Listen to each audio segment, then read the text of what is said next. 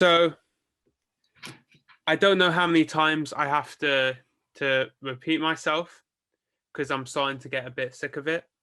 But defenders need to learn when to clear the ball.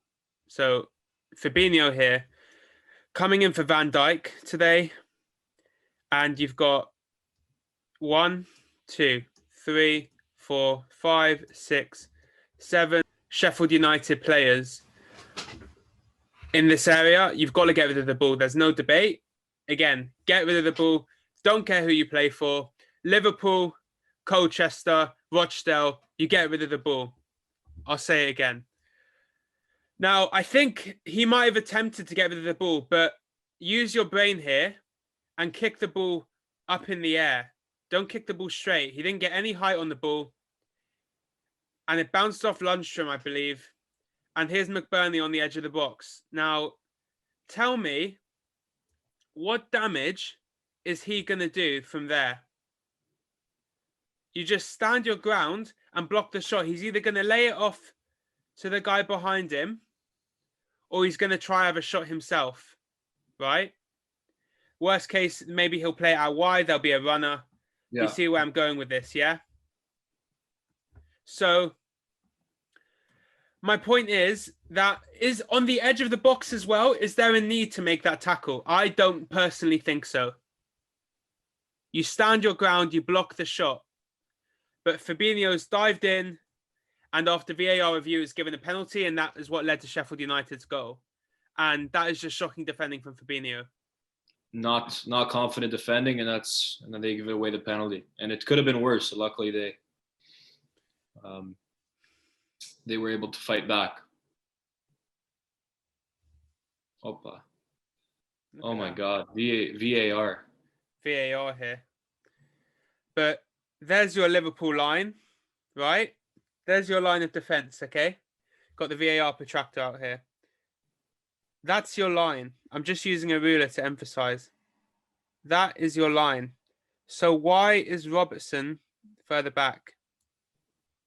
I don't understand. You've got the 3 players here, and then you've got Robertson way back here. So I don't understand, again, I don't know if it's communication or a lack of leadership without Van Dijk, but Robertson here is clearly playing McBurney on side. And look, he may be a tiny inch offside, but that would go down to a VAR review, 100%. Luckily, McBurney missed the chance. But my point is, there needs to be better leadership back here. Someone's got to fill in for Van Dijk and demand that line to be up here. Robertson shouldn't be this deep, especially when his man's over here. There's no reason why Robertson can't push up to here. Yeah. There's no excuse for it. Puts off a focus, and he's probably obviously, as you mentioned, thinking about that wide player and switched off from the defensive unit. So no, I mean exactly, and they almost got punished. Again, this is Sheffield United on the break now. Brewster, I think he's a young talent with bright future ahead of him. Obviously coming from Liverpool, actually signing for £23.5 million. It's a lot of money, so they see a lot of potential in him, and I think he has that. Now here again, you've got Joe Gomez, who's come quite high up. Wijnaldum there as well. Brewster's, luckily for Liverpool, taken the touch that takes him to the outside. Okay? He's going to the outside.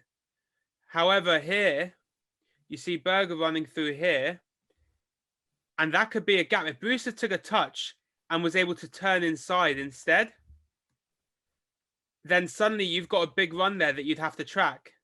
And whether Arnold would get there, I don't know. So, again, Liverpool's defence looking like it can be cracked open at any moment, really. And these are just things which concern me.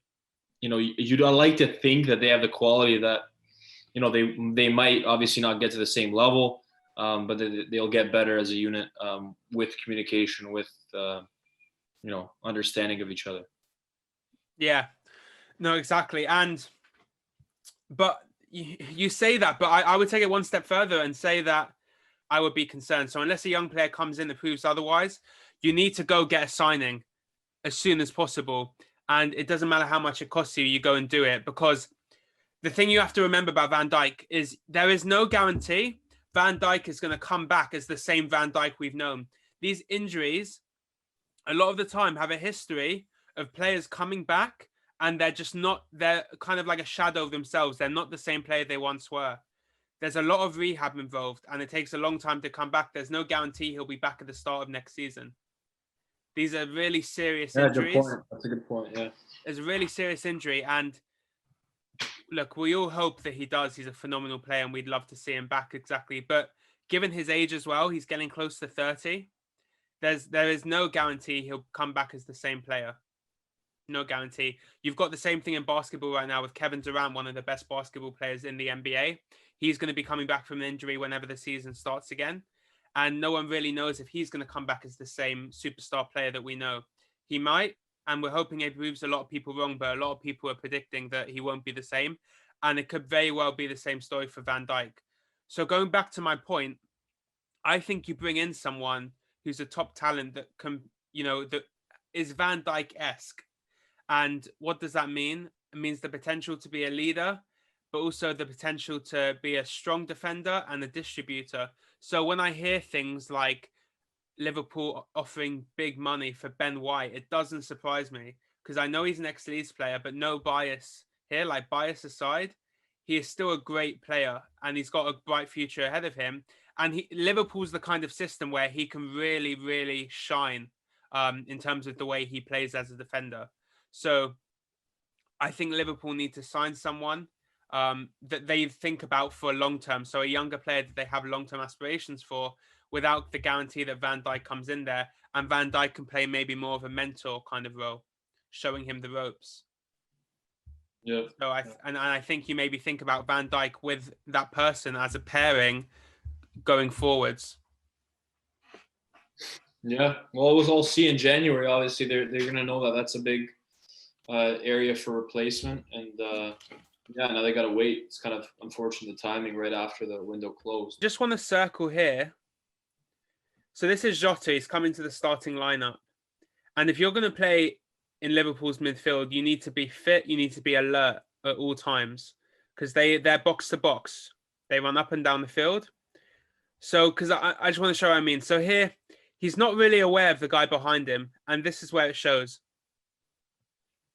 Right here is when he's looked over his shoulder and he's seen him and he's realizing that he's going to come in at the back post and he chases and chases. However, he doesn't quite make it. He doesn't quite make the chase. And Sheffield United almost scored from it, but only because he wasn't alert in the first place. And then he was just playing catch up the whole time. Final thing I want to come to here is just a summary, really, of what my biggest takeaway was from this game. Because Liverpool got 3 points. But as I said, for me, that was purely because a combination of Sheffield United's lack of scoring ability or lack of clinicalness, if you will, and Liverpool's ability to finish and to be clinical. So basically a huge contrast in the way the two teams can take away their chances, basically. So this is Fabinho here with Burke, who's just come on the pitch. And if I'm Fabinho, the ball's here. Burke's just come on the pitch. I want to send him a strong message that you're in for, a long 30 minutes or however long was left in the game. I would slide in there and win the ball, and it goes out for a throw, and I'd take him out. Not a dirty challenge, just going in for the ball, just pulling a bit on him, letting him know you're there, right? That's what I would personally do in that situation. But instead, he tries to stand his ground, and if I just wind it forward here, this is after. This is him.